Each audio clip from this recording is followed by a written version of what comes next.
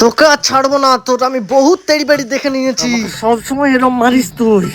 আমিও তোকে ছাড়বো না। চুপ করে থাক তুই, বেশি কথা বলিস না। এখন যদি আমি একে ছেড়ে দিই, এ তো পুরো আমাকে মেরেই ফেলবে।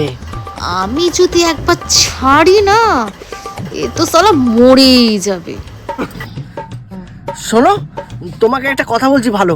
হ্যাঁ, এরকম যখন আমরা একসাথে থাকবোই, তাহলে কেন আমরা ঝগড়া করবো বলো? তাই না? কেন ঝগড়া করতে যাবো? ফালতু আমরা একসাথেই থাকি। ঠিক আছে, ঠিক আছে। তাহলে